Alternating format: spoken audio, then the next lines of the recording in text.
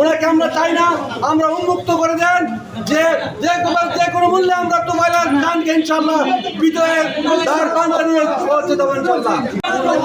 মনোনয়ন প্রত্যাহার, মানি না, মানব না, মানি না, মানব না, মনোনয়ন প্রত্যাহার, মনোনয়ন প্রত্যাহার, মানি না, মানব না, মানি না, মানব না, মনোনয়ন প্রত্যাহার, তোফায়েল ভাইয়ের প্রত্যাহার, তোফায়েল ভাইয়ের মনোনয়ন মানি না, মানব না, প্রত্যাহার মানি না।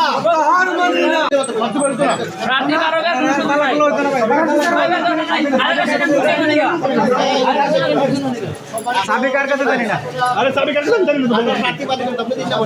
অথবা এই আসনটি 10 দলীয় জুটের জন্য উন্মুক্ত করে রাখা হোক।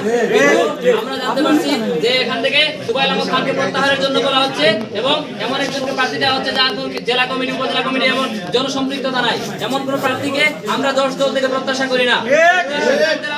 যেহেতু তাকে দেওয়া হয়েছে, আমরা কেন্দ্রকে ঘোষণা করতে চাই, কেন্দ্রকে বলতে চাই আপনারা আবার বসেন, এমন মানুষকে প্রার্থী হিসেবে বাছাই করেন যার সাথে জনসম্পৃক্ততা আছে, মানুষের সাথে সম্পর্ক আছে, এবং অথবা এই আসনটি উন্মুক্ত করে দেন। সুনামগঞ্জ এক আসন উন্মুক্ত করতে হবে।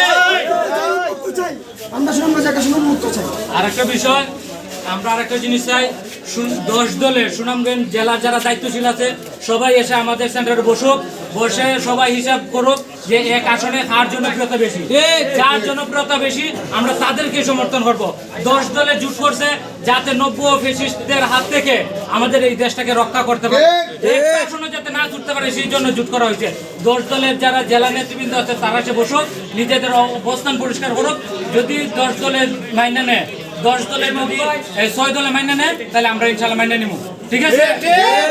জেলার যারা দায়িত্বশীল আছে সবাই এসে আমাদের সেন্টারে বসে সবাই হিসাব করুক যে এক আসনে কার জনপ্রিয়তা বেশি, যার জনপ্রিয়তা বেশি আমরা তাদেরকে সমর্থন করব।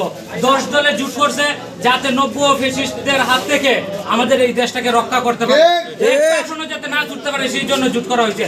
10 দলের যারা জেলা নেতৃবৃন্দ আছে তারা এসে বসুক, নিজেদের অবস্থান পরিষ্কার করুক। যদি 10 দলের মাইনে নেয়, 10 দলের যদি 6 দলে মাইনে নেয়, তাহলে আমরা ইনশাআল্লাহ মাইনে নিব।